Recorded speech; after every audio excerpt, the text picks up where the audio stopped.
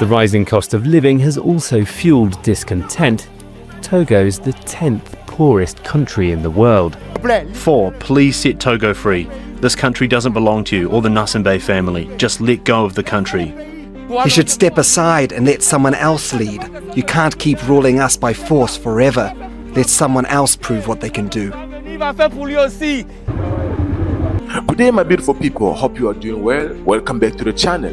My name is Kessa, and here I talk to you about Africa. I talk to you about what happened, what's happening, and what might happen in the future. Listen, here I tell the truth. I know the truth can be hurtful sometimes, but it is helpful. So make sure you hit that subscribe button so that you can be updated all the time. We're going to post a video here. Listen, thanks so much. Let's get into it.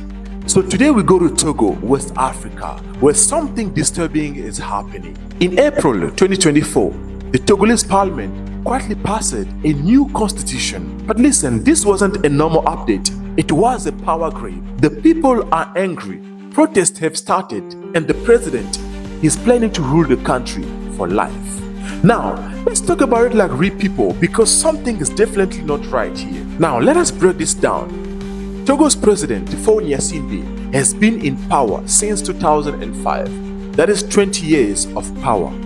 But before him, his father ruled the country for 38 years. Imagine, that is 58 years of one family being in charge.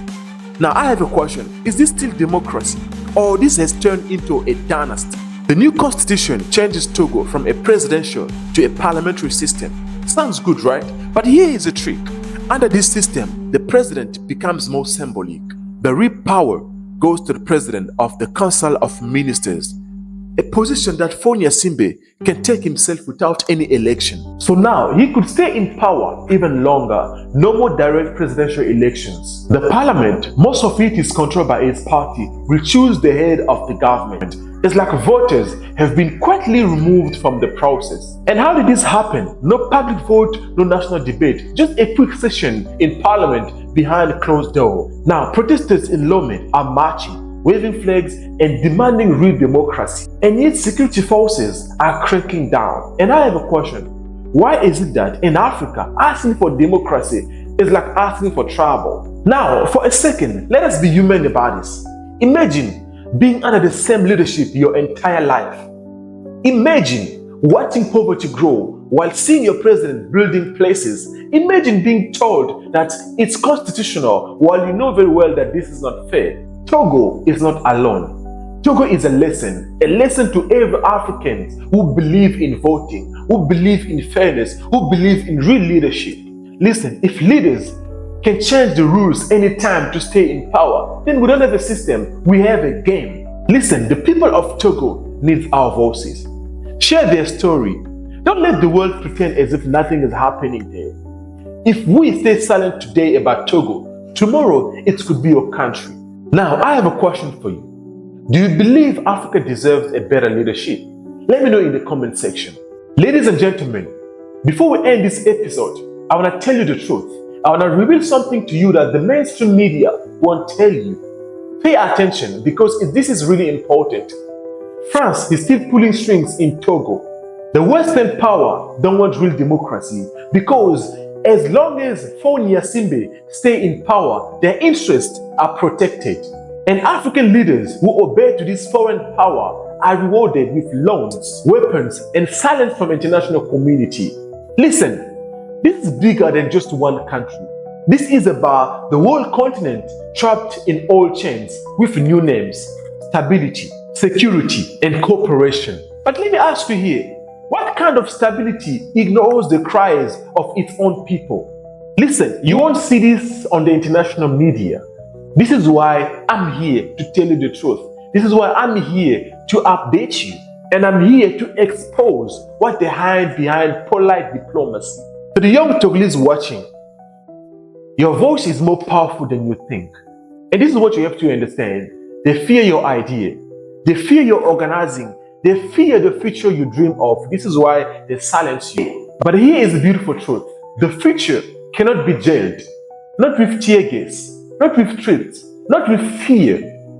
Listen to this. History always moves forward. And when the people are united, even the strongest dynasty can fall. If you believe Africa deserves a better leadership, let me know in the comment section. This is Kessa. I'll see you in the next episode.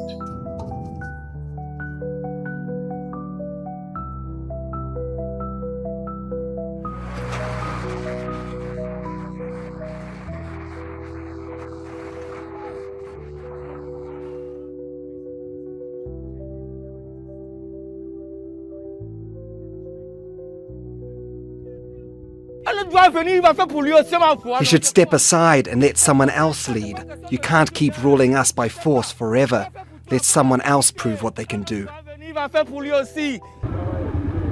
Demonstrators blocked roads all over the city and in several other towns after activists called for 3 days of peaceful protests starting on Thursday. The rising cost of living has also fueled discontent. All we want is Faure Gnassingbé to step down. We'll keep protesting, even after 3 days, until he finally leaves power.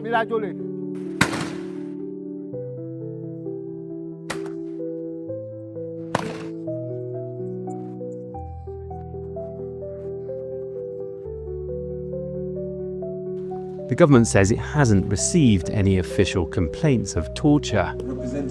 But it's something the regional bloc ECOWAS has frequently condemned Gnassingbé's government for. His rule followed that of his father, Gnassingbé Eyadema, who was in power for 38 years. Hundreds of people have been killed and thousands forced from their homes during decades of crackdowns on dissent. Last month, a popular singer, Aamron, called for people to mobilize against the government in a social media video. He was arrested the following day.